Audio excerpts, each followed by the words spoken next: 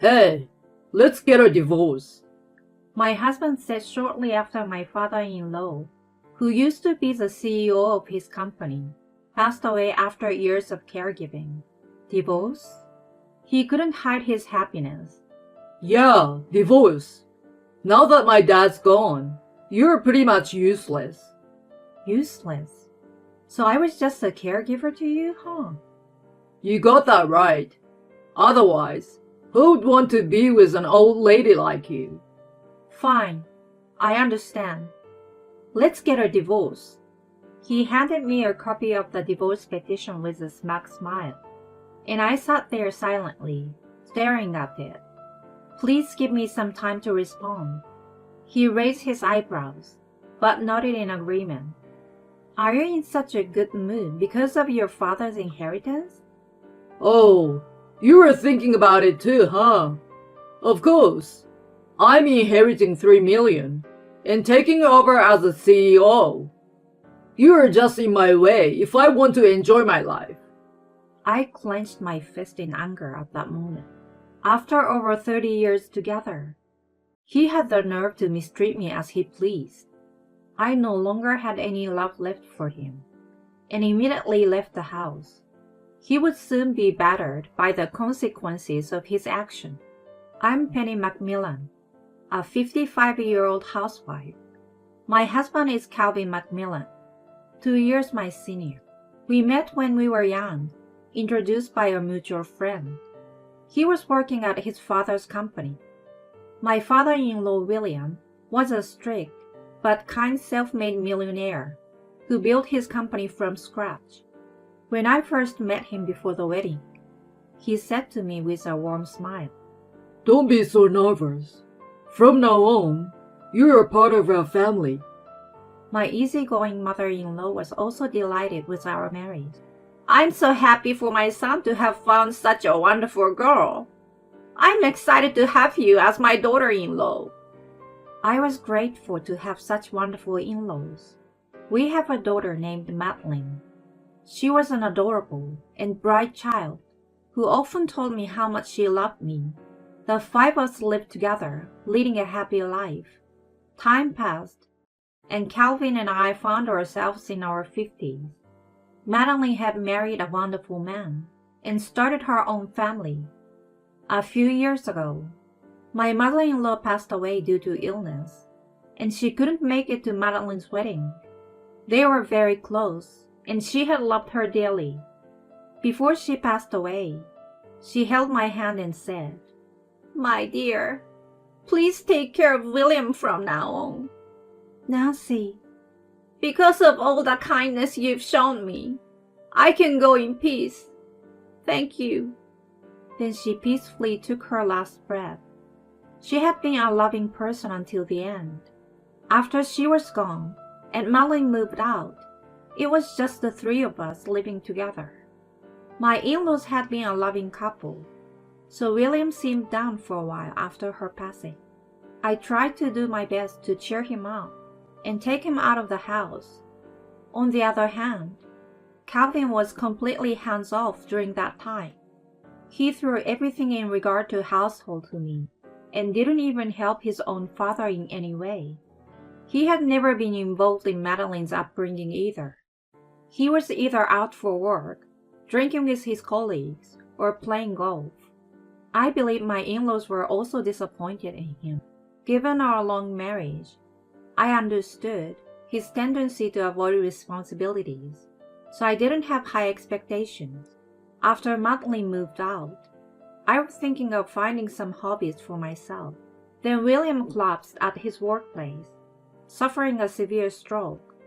He was in critical condition, but thankfully he survived. However, he was left paralyzed, almost completely bedridden. Calvin, honey, what are we going to do now? I asked him on the way back from visiting William at the hospital. What do you mean? Obviously, you will be taking care of him at home. What? But I don't have any knowledge about caregiving, and I don't feel confident. Then learn it quickly. You're going to take good care of him. I could only nod in response. I resolved to do it with all my heart, especially because William had always treated me well. And so began my unfamiliar caregiving routine. I tried to do everything I could, but tasks like bathing were challenging. When I turned to Calvin for help, he said, How would I know? Don't rely on me. Figure it out yourself. Frustrated, I turned to Madeline for advice. She introduced me to an acquaintance who worked as a care manager, and I managed to get some assistance from Madeline. William could only communicate by typing on a tablet, and always conveyed his gratitude to me. I felt that I could endure the unfamiliar caregiving as long as it was for his sake. While I worked tirelessly, Calvin seemed to be out having fun. He was always absent, claimed to work overtime on weekdays and working on weekends, never showing his face to William. Unable to bear this situation any longer, I spoke to him frankly. Honey, can't you help with taking care of your dad? Geez, why should I? He furrowed his brows. Because you guys are family. You're his only son, you know. How about holding his hand and talking to him once in a while? He laughed it off. What's the point? It's useless. Useless? Yeah, he can't even move or talk freely, which means he's worthless. You don't have to put so much effort into caregiving.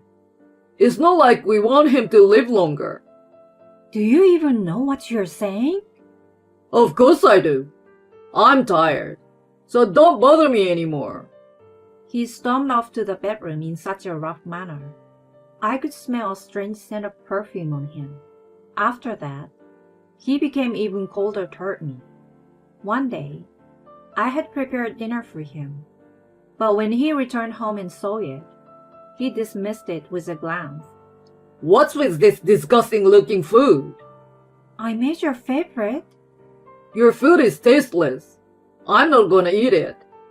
Then, he grabbed the plate and dumped its contents into the trash. What on earth? Don't prepare dinner for me anymore.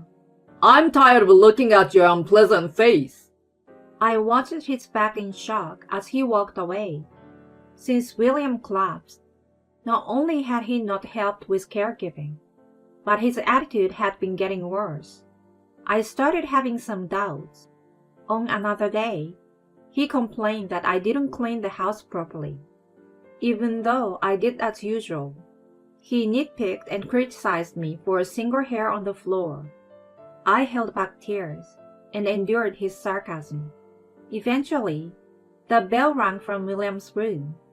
Wiping away my tears, I went to his room, where he communicated with me through writing. I'm so sorry for the way he's treating you. As I tried to reassure him, he took his time to communicate something to me. I was stunned by the contents, but agreed to help him. Within a few months, he had a relapse of his brain hemorrhage and quietly passed away. I rushed to the hospital with Madeline, and we cried together. Even at that moment, Calvin didn't show up. After William's funeral, he called me to the living room. When I came in, he was lounging on the couch with a smirk on his face. What do you want to talk about? Without saying a word, he showed me a copy of divorce petition with a grin. Penny, let's get a divorce. Divorce? He replied with an expression that couldn't hide his happiness. Yeah, now that my dad's gone, you're pretty much useless. Useless? So I was just a caregiver to you? You got that right. Who'd want to be with an old lady like you? Fine. I understand. Let's get a divorce. You're pretty agreeable. That's a relief. He handed me the copy with a smug smile, and I sat there silently, staring at it. Please give me some time to respond. He raised his eyebrows, but nodded in agreement. Are you in such a good mood? Because of your father's inheritance? Oh, you were thinking about it too, huh? Damn right. A few months ago, I checked his bank account and saw $3 million in there. On top of that, I'm taking over as a CEO. You're just in my way if I want to enjoy my life. I clenched my fist in anger at that moment. After over 30 years together, he had the nerve to mistreat me as he pleased. I no longer had any love left for him. I wanted to let my anger loose and speak out, but I held myself back and remained calm. Well, good for you. As for the property division, I will contact you through a lawyer. What property division? I'm not giving you anything. I have the right to receive half of the $20,000 in our shared savings. We can fight it out with lawyers if you want, but you won't stand a chance. You got some unnecessary wisdom, you know. Whatever.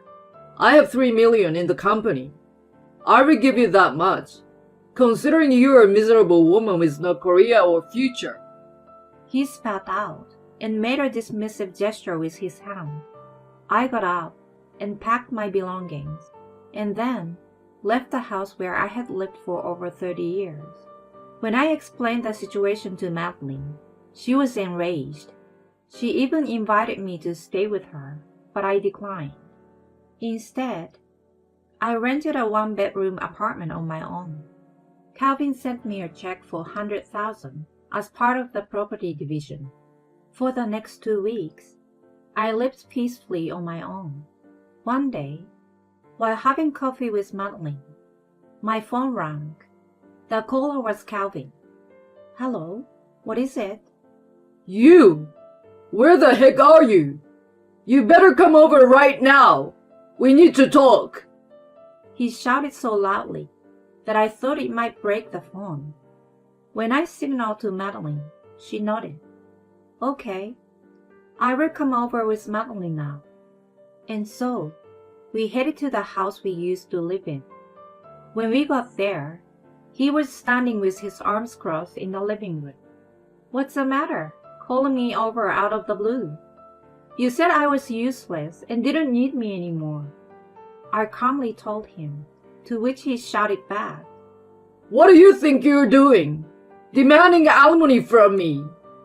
He thrust some documents at me, which had been sent by my lawyer. It's all written right there. I'm just claiming alimony for your infidelity. In fact, I had hired someone to investigate him a little before William passed away.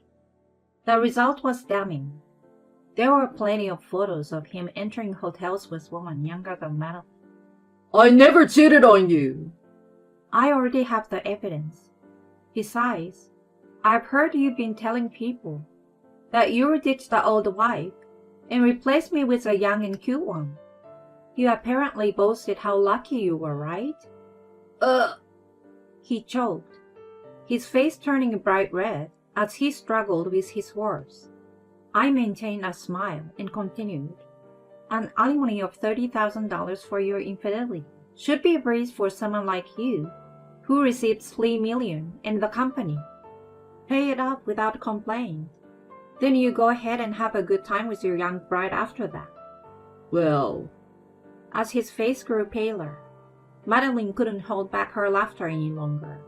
Madeline, how dare you laugh at your father? Oh, please, I don't consider you my father anymore. But seriously, tell us about the inheritance. You did get $3 million, right? He mumbled something unintelligible. Huh? I can't hear you. My question caused him to turn beet red. It was gone. For some reason, there was hardly any money left. He yelled desperately. I had to hold back my laughter. Of course it was gone. Huh? He looked puzzled, and I continued. Before William passed away, he decided to give both me and Madeline some, and the remaining money was donated. What the heck? At the time when I was in tears from being criticized by Calvin, he informed me about this matter. Penny, I've long given up on Calvin. Leaving him an inheritance would only lead to trouble. But I want to ensure that you and Madeline are taken care of. Please accept it as a gift from me. Already knowing about Calvin's infidelity by that time, I graciously accepted the offer. Madeline did the same, and I received $1 million, while she got $50,000. After completing all the procedures, he donated the remaining to various charities. I assisted with that as well, but Calvin knew nothing about it. Charities? And you guys receive a fortune. Calvin was white as a ghost. Yes, we accept it as a gesture of your father's kindness. It will ensure we don't face financial difficulties in the future. Madeline chimed in. After all, Mom supported the household until the end and took care of Grandpa's caregiving. It's only natural, right? He started trembling nervously. What's wrong? It's nothing even if you didn't receive $3 million. You inherited the company, didn't you? I didn't. Oh my. It had already been transferred to one of the shareholders. Not only that, I got fired. They said something about my attitude toward work. I had to suppress a laugh. Oh, right. I heard that from the employees. You were strutting around, boasting that you were the next CEO, but you hardly did any work and just harassed your colleagues. Such a person is naturally let go under the new management. You really are terrible. I despise you. He began to tear up and pitifully confessed in a trembling voice. My girlfriend left me as soon as she found out I had no money. Madeline casually remarked. Well, it seems there's nothing appealing about you except money. If you don't have that, you're just useless. Jeez, you're so cold to your own father. He started pleading with me as the tears rolled down on his face. Penny, I'm really sorry.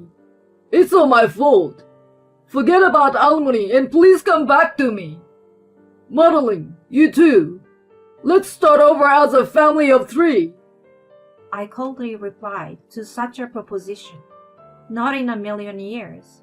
You and I are done. Facing the despondent Calvin, I told him, you're no longer of any use to us. Just pay the alimony and never show your face in front of us again. But, without paying him any more attention, we briskly walked away. I soon received the alimony from him. According to information from someone close to him, he had almost entirely squandered the remaining $100,000 from the property division on his affair, and had even accumulated debt. Chased by debt collectors, he finally managed to sell off the only property he had inherited, our former family home, to gather enough money. Left with an empty bank account, he lost his family, his home, and his job all at once. Now, he is barely getting by in a rundown apartment, making ends meet with daily labor jobs. Even after hearing his plight, I feel no sympathy for him. Madeline also has no intention of getting involved anymore. As for me, I am leading a comfortable life. Recently, I received the joyous news of Madeline's pregnancy. She and her husband proposed building a new house to live together, and I decided to chip into the project. Currently, the construction is underway. I look forward to cherishing my grandchild and living happily ever after with them.